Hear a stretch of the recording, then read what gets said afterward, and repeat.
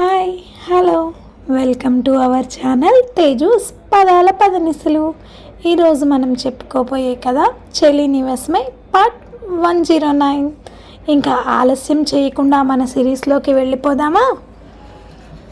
జీవిత మరోసారి రెట్టించేసరికి విషయం చెప్పక తప్పదు అన్నట్టుగా అది అంటూ తడబడుతూ నసిగాడు సోములుని రక్షించడానికి వచ్చినట్టు రాజేశ్వరీదేవి గదిలో నుంచి బయటకు రావటంతో మేడం అంటూ రాజేశ్వరి ముందుకు వెళ్ళాడు. అక్కడే ఉన్న జీవితకి పిచ్చి కోపం వచ్చింది. వేడికి కూడా నేనంటే లెక్కలేదు అనుకుంది. కానీ సోములు ఏం మాట్లాడతాడో అన్నట్టుగా అక్కడే ఉంది కదలకుండా. ఏమైంది సోఫాలో టీవీగా కూర్చుంటూ అడిగింది రాజేశ్వరీదేవి. బంగ్లాలో ఉన్న ఆలయం పునఃనిర్మించడానికి సిద్ధాంతిని తీసుకువచ్చారంట మేడం అని తనకు తెలిసిన విషయం మొత్తం చెప్పాడు సోములు. రాజేశ్వరీదేవి సరిగ్గా కూర్చుంటూ ఇప్పుడు వాళ్ళు ఎక్కడున్నారు అని అడిగింది. సోములు తన మనిషికి ఫోన్ చేసి తెలుసుకుని మేడం బంగ్లా దగ్గరకు వస్తున్నారంట. బాలు మనుషుల్ని ఏర్పాటు చేశాడు బంగ్లాని శుభ్రం చేయించడానికి, వాళ్ళు చెప్పారు అని చెప్పాడు. చక్రపాణి అని కొడుకుని పిలిచింది రాజేశ్వరీదేవి. పాణితో పాటు స్వీటీ కూడా వచ్చింది. బంగ్లా దగ్గరకు వెళ్ళాలి అని అంది లేచి నిలబడుతూ. అమ్మా బంగ్లా అందరిది, అక్కడ వాళ్ళ ఇష్టానికి ఏది పడితే అది ఎలా చేస్తారు? నువ్వు కూడా నీ మనవడికి సపోర్ట్ చేస్తున్నావు, నీ పద్ధతి నాకు నచ్చడం లేదమ్మా అంది జీవిత వాళ్ళు వెళ్ళటానికి ముందే. నీకు నీ కూతురికి ఎలాంటి అన్యాయం జరగదు చాలా అని విసురుగా ఒక మాట అనేసి వెనక్కి తిరిగి చూడకుండా వెళ్ళిపోయింది రాజేశ్వరీదేవి. పాణి స్వీటీ ఇద్దరూ ఒకసారి జీవితను చూసి నువ్వు ఇంకా మారవా అన్నట్టుగా ఒక లిక్ ఇచ్చి రాజేశ్వరీదేవి వెనకే వెళ్ళారు. సోములు జీవిత వంక కోపంగా చూస్తూ కోపంగా చూస్తూ విషయం ఏంటి అని నేను అడిగినప్పుడు నాకు చెప్పాలి కదా అంది. చెప్పాలని అనుకున్నానండి, కానీ మేడంని చూసేసరికి కంట్రోల్ చేసుకోలేకపోయాను. మిమ్మల్ని నేను తీసుకెళ్తాను మేడం అని అతి వినయం ప్రదర్శించాడు. వెళ్ళాలిగా, వెళ్ళకపోతే అక్కడ ఏం జరుగుతుందో తెలిసేదెలా అని జీవిత నడుస్తుంటే దీనికి ముట్టిపొగరు చాలా ఉంది. తాతలు సంపాదించిన ఆస్తిని దర్జాగా అనుభవిస్తూ ఏడ్చి చచ్చిపోతుంది ఇప్పుడు ఆస్తి కోసం అని మనసులోనే అనుకుని కూర్మారావు రావటంతో జీవితతో కలిసి తన కారులో వెళ్ళాడు బంగ్లా దగ్గరికి. రాజేశ్వరి వాళ్ళు వెళ్ళేసరికి అప్పుడే లోపలికి అడుగు పెట్టారు సిద్ధాంతి బృందం ఇంకా అర్హంత్ వాళ్ళు. సిద్ధాంతి గారు పుట్ట ముందు నిలబడి చేతులు జోడించి, అమ్మా నీ ఆలయాన్ని తిరిగి పునర్నిర్మించడానికి వచ్చారు రాజావారి కుటుంబ సభ్యులు, అనుమతిని ఇస్తావా తల్లి? నా చేతుల మీదుగా ఆ కార్యక్రమం జరిగే భాగ్యం కలిగిస్తావా అని ప్రణామాలు చేశారు తల వంచి. ఆయన బృందం కూడా అలానే శిరస్సు వంచి నిలబడ్డారు. జరగని పని సిద్ధాంతి, అది ఎలా వచ్చావో అలాగే తిరిగి వెళ్ళిపో. గాలి కూడా స్తంభించిపోయిందా అన్నట్టుగా నిశ్శబ్దంగా ఉన్న ఆ ప్రదేశంలో ఉన్నట్టుండి వినిపించాయి గంభీరమైన మాటలు. ఉలిక్కి పడ్డారు అందరూ. అర్హంత్ వాళ్ళ వెనకే ఉన్న రాజేశ్వరీదేవి వాళ్ళు కూడా భయంతో ఆగిపోయారు. ఆలయాన్ని కప్పి ఉంచిన పుట్ట వెనక నుండి వస్తూ కనిపించారు ముందుసారి లోచనాన్ని దీవించిన సాధు ఒకరు. ఆయన్ని చూడగానే భూమి మీద పడి సాష్టాంగ నమస్కారం చేసి, నాగమ్మ ఆజ్ఞ లేనిదే నేను చిన్న మట్టి బెడ్డ కూడా కదపను స్వామి అని చెప్పారు సిద్ధాంతి గారు.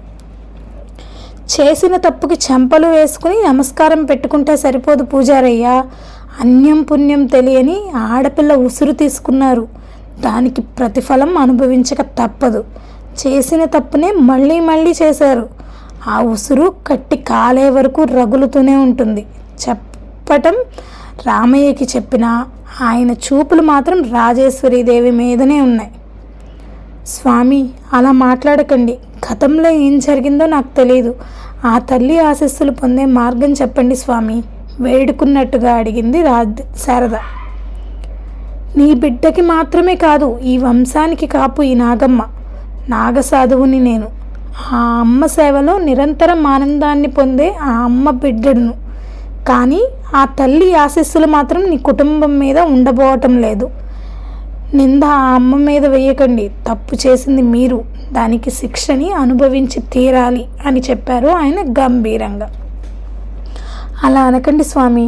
ఎవరో చేసిన తప్పుకి మరొకరిని బలి ఇవ్వటం ఎంతవరకు సమంజసం? నా బిడ్డ ఎవరికీ అన్యాయం చేసి ఎరగడు, మరి వాడికి ఎందుకు శిక్ష వేయాలి? తప్పు చేస్తే తల్లి కడుపులో పెట్టుకుని దాచుకుంటుంది. మరి ఏ తప్పు చేయని నా బిడ్డని శిక్షించాలి అనుకోవడం ఎంతవరకు న్యాయం అని ప్రాధేయపడింది.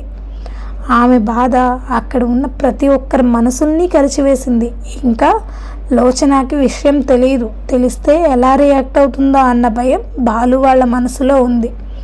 పైకి నిలబడ్డారు కానీ లోలోన భయం వాళ్ళని నిలబడనివ్వడం లేదు. పూర్వీకుల ఆస్తిని పంచుకున్నట్టే వారి పాపాలను కూడా పంచుకోవాలి తల్లి. అది కర్మ సిద్ధాంతం. విధిరాతను ఎవరూ మార్చలేరు. ఆ తల్లిని వేడుకోండి. ఆలయం తిరిగి పూర్వ వైభవం సంతరించుకోవాలి. అప్పటి వరకు అని ఆయన మాట పూర్తి చేయకుండా శారద తలనిమిరి, ఆ బిడ్డ మీద ప్రాణాలు పెట్టుకున్న నీ కన్న ప్రేమ, మనువాడిన సతి మాంగళ్య బలం మాత్రమే అతనికి రక్ష అని చెప్పేసి ఎలా వచ్చినవాడు అలాగే కనుమరుగయ్యాడు. శారద కుప్పకూలిపోయింది. అమ్మ అంటూ ముందుకు వెళ్ళాడు అర్హంత్. అర్హంత్ కన్నా ముందు చక్రపాణి ఉన్నాడు. ఆయన తనని పట్టుకోగానే ముట్టుకోవద్దు అంటూ ఆయన చేతుల్ని విసిరి కొట్టి, మీ వల్ల, మీరు చేసిన పాపాల వల్ల నా కొడుకు అన్యాయం అవుతున్నాడు. ఛీ, అసలు మీరు మనుషులు కాదు. అందుకే ఇంటి ఆడపడి చూసురు తీసుకున్నారు. ఏం బతుకులు మీవి? మా గొప్పగా పెంచింది మిమ్మల్ని మీ అమ్మ. మీకన్నా జంతువుల నయం. ఆమె తన కడుపు మంటని భర్త మీద చూపించింది. శారద, నోరు అదుపులో పెట్టుకుని మాట్లాడు, కోపంగా అరిచింది రాజేశ్వరీదేవి. ఎందుకు పెట్టుకోవాలి? అసలు మీరెన్ని పాపాలు చేశారో. అందుకే ఇలాంటి వంశంలో మీ కొడుకు కూతురు లాంటి చీడ పురుగులు పుట్టారు.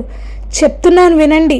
నా కొడుక్కి ఏదన్నా అయితే మీ అందరినీ నా చేతులతోనే చంపేస్తాను అని అరిచి సిద్ధాంతి గారి దగ్గరకు వెళ్ళి, ఏదో ఒకటి చెయ్యండి. మీకు ఇలాంటి వాటి గురించి బాగా తెలుసు కదా. ఆ నాగమ్మని శాంతింపచేసే మార్గం ఉంటే ఏదైనా చెప్పండి. అది ఎంతటి కష్టమైనదైనా నేను చేస్తాను అని అడిగింది కళ్ళ నీళ్లతో. నన్ను క్షమించు తల్లి. ఆ నాగమ్మకి ఎదురు నిలవలేను నేను. ఎన్నో ఆలయాలను చూశాను నేను. కానీ ఈ ఆలయానికి ఉన్న విశిష్టత వాటికి లేదు. ఏ ఆలయానికి ఆ ఆలయం వైవిధ్యంగా ఉంటుంది. ఆ తల్లి తన బిడ్డల మీద ఉన్న కోపంగా ఉన్న ఆ కోపాన్ని పోగొట్టే మార్గం చూపించేది. కానీ ఇక్కడ సమస్య భిన్నంగా ఉంది. నేనేం చేయలేను తల్లి అని ఆయన చేతులు జోడించి వెళ్ళిపోగానే కింద పడిపోతున్న తల్లిని అక్కున చేర్చుకున్నాడు అర్హంత్. చందు అంటూ ఆవిడ అర్హంత్ని తడుముతుంటే, మా నాకేం కాదు, చూస్తూ ఉండు. నువ్వే అన్నావు కదా తల్లి ఎప్పుడు బిడ్డల మీద తన కోపాన్ని చూపించదు అని. మనకి ఏదో ఒక పరిష్కారం ఖచ్చితంగా లభిస్తుంది అని ఓదార్చాడు. పరిష్కారం లభిస్తుంది అంటారా? అసలు శారద గారు అంతలా ఎందుకు రియాక్ట్ అవుతున్నారు? ఏదైనా కారణం ఉందంటారా? తెలుసుకోవాలి అంటే మరో అప్డేట్ వరకు వేచి ఉండండి. ఈ అప్డేట్ మీద మీ అభిప్రాయాన్ని కామెంట్స్ రూపంలో తెలియచేయండి. అంతవరకు సెలవు. మా వీడియో కనుక మీకు నచ్చినట్టయితే లైక్ చేయండి, కామెంట్ చేయండి, సబ్స్క్రైబ్ చేయండి, బెల్ కొట్టండి.